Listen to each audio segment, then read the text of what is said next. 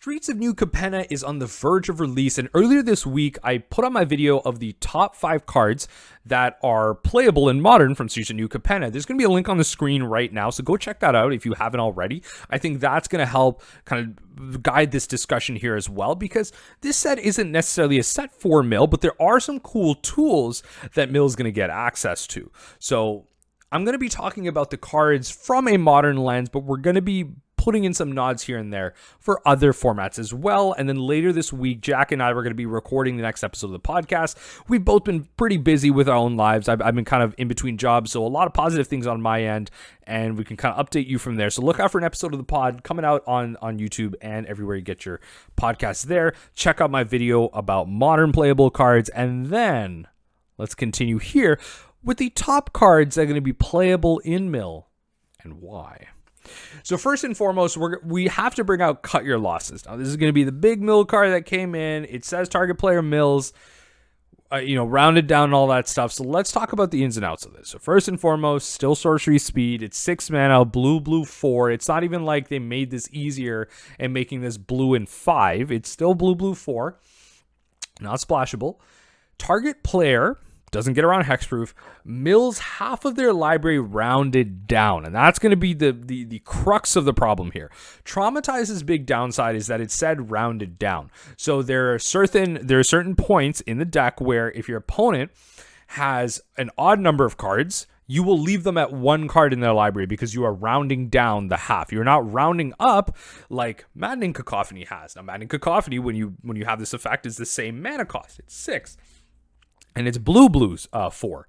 So in that case, target player mills their library and they round down. And then with Maddening Cacophony, it says each opponent, right? It doesn't target. That's the key. It does not target. Then you have the casualty bonus on this. So casualty 2, as you cast this spell, you may sacrifice a creature with power 2 or greater.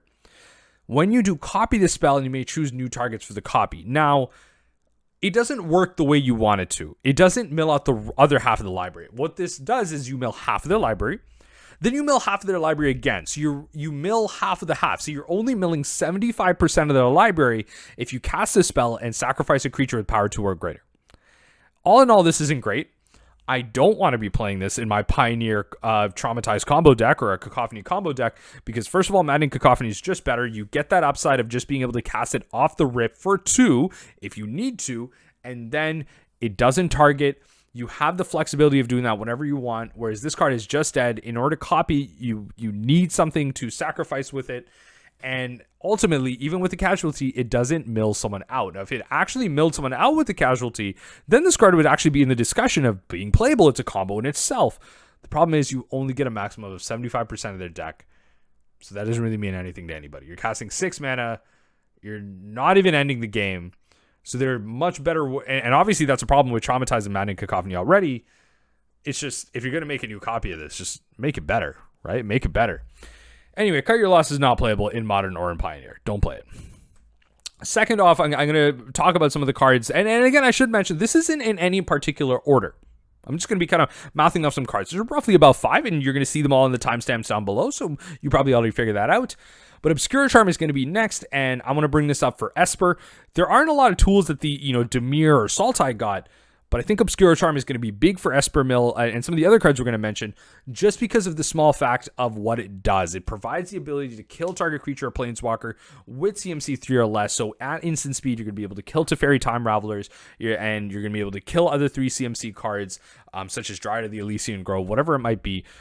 Esper doesn't really have those tools because a lot of ways Esper Mill now plays Prismatic Ending, some amount of Fatal Pushes. You're probably playing Path in the sideboard. So in the main board, if you have a copy or 2 like this in the main board, you have that optionality to do that. You can counter target instant or sorcery spell. There's a lot of instant and sorcery spells out there, especially with the Cascade strategies. You can counter a lot of that. And then finally, if you're playing something like a main board Teferi Time Raveler or a main board Ashiok Dreamrender, you can't even bring back crabs with this, so it's really just going to be one of those 2 things. You can't even bring back a Snaring Bridge because it has to be a multicolored permanent. So if you're playing one of those, you get the ability to return it to the battlefield tapped. Again, if a Planeswalker is tapped, it doesn't stop it from activating its abilities. It's really just important for certain artifacts that don't affect each other, take any effect when they're tapped, or creatures so that you can't block with it, you can't attack with it, whatever it might be. So that's an option. It's not the strongest, but I think Esper Mill players will be trying this out. I think the other options are just going to be better. Obscura Charm, ultimately, it doesn't draw cards, and I think that's what's going to hold it back in Mill. It has a lot of options, it has some recursion, but recursion is what we need. We need cards that draw when they're not doing anything else. So I think if that last mode, or even the first mode, whatever it might be, if it just drew cards, I think this would be in the conversation. You get a counter spell, you get a removal spell, and you get a draw spell. It's kind of like Drown in the Loch Plus. Then I think this card would actually be in a conversation. I think it actually would be a lot more modern playable in general, but it's a little bit balanced for now. Next up, we have Cemetary Tampering, and I think this card ultimately is a little bit slow, but it has the ability to work. A lot of people are playing Shelldock Isle, but the problem is Shelldock Isle is a land, so it doesn't take up your spell slots. You play the land drop, it works with your Hedron Crabs. You don't have to cast it or anything like that. You just play it tapped.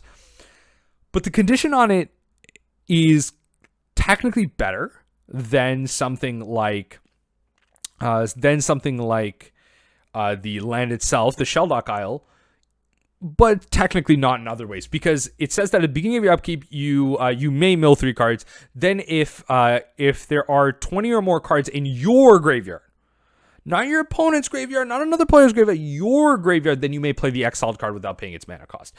After that, the enchantment doesn't do anything. That's the problem. It hits the battlefield. It doesn't even put itself into the graveyard to add to delirium effects such as Manic Scribe.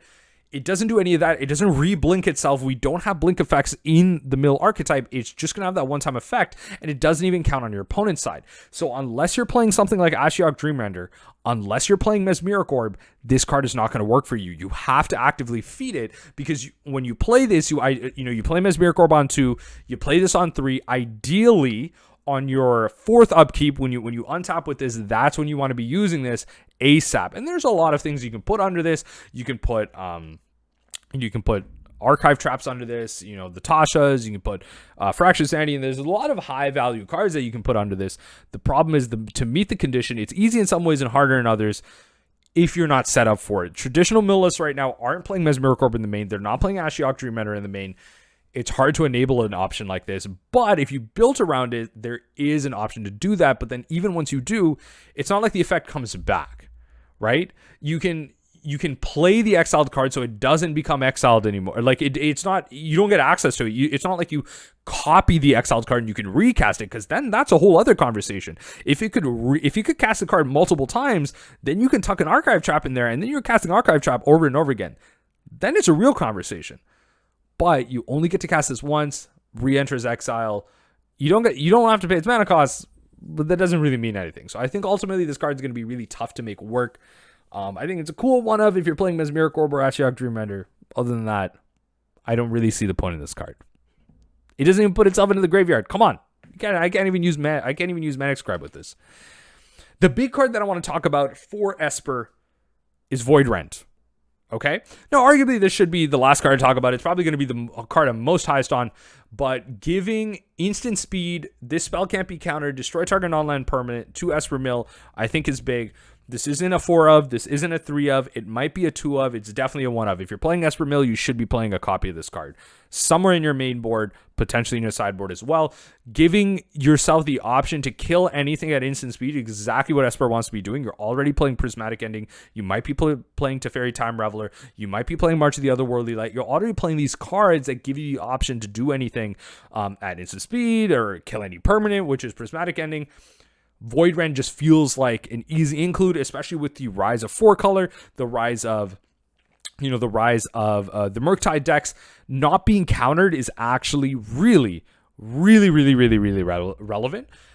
Being able to destroy any non-land permanent is highly relevant, especially when you include cards like Otawara in your package. Everything starts to come together in terms of what you can answer in Esper Mill, and I think this card is very easily splashable in Dimir as well. So I wouldn't be surprised if Dimir Mill decks are trying this out as a splash, especially with the new Triomes coming out. You could heck even put a Shock in there, whatever it is, to splash a card like this. But I think there are probably better cards to splash if you're splashing white in Dimir, to be honest.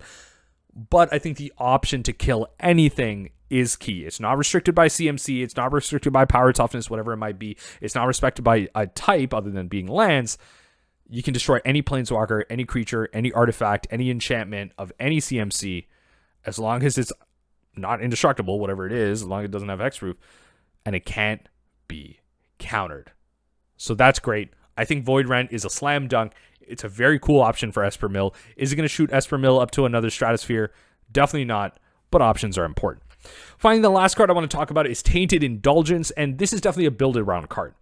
So for 2 mana for Dimir colors, you're going to draw 2 cards, and then you're going to discard a card unless there are 5 or more mana values among cards in your graveyard. Now, one of the big things with Mill is that the deck itself lacks some card draw. Obviously, we have cards like Visions of Beyond. We have Fractured Sanity now.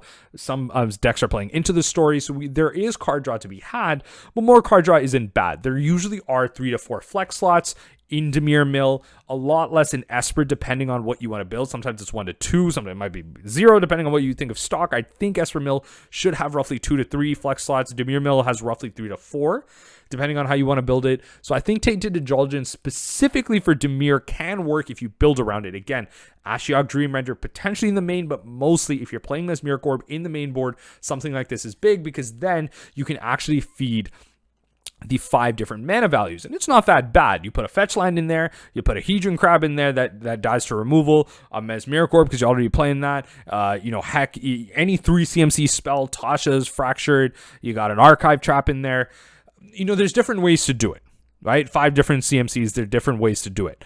And then finally you play a Drown in the Lock. There you go. And then you have Tainted Indulgence. You might even cast this, because I believe when you cast this card, oh, no, sorry, it won't count. As it resolves, it won't count. So maybe the second copy of it will. The key thing is that you want this to have that. You want to enable the 5 or more mana value, or it really is just like a glorified Faithless Looting in some ways, right? You draw 2 cards, and then you spend this card, and then you discard a card. So it's 2 cards for 2 cards, right? So it's essentially a glorified Faithless Looting. You want to try and make sure you're casting this at instant speed, and then you're going 2 cards for 1 card. Type of thing. You want to maximize that. And I think that there is a world where that's possible and this is playable. So if you're trying this as a 1/2/2 of in your deck, I'm definitely going to be trying it. I do have to force myself to not play Spreading Seas, which is probably one of my most, in recent times, favorite cards to play in Mill right now. If I'm not playing Spreading Seas, I could try something like this out. Does it necessarily solve anything in the meta? No. I'm trying to solve something in Mill by just drawing more cards. The problem is, why don't you just play more copies of that card instead of drawing into them? And I'm kind of going off into a tangent, but I think this is workable. But you have to be playing Mesmeric Orb, just like Cemetary Tampering. I think Void Render is probably going to be the most playable card in Mill in terms of the archetype in general. But this is what we have options for. That's going to be about it. Let me know what you think of the cards I have here. Let me know if I missed anything, potentially even for ban, just blue-white, whatever it might be. I want to hear about it in the comment section down below, and let me know what you think of the cards I talked about. Do you think some of them are more playable than the others? I want to hear them, because heck, if I'm missing something, that's pretty big, because I'm going to be testing certain cards out based on, the opinion that I have. So if you can change my mind, I'd love to hear it. I'd love to test those cards out more, especially in the coming weeks with the meta changing, new cards being playable. We're definitely going to have to adapt a little as an archetype. Look out for the podcast coming out this Friday. Check out my video from Monday. And just remember that even the impossible is possible. And as we ponder that thought on the new streets of Capenna, I hope you can join me next time as we take a glimpse into the unthinkable.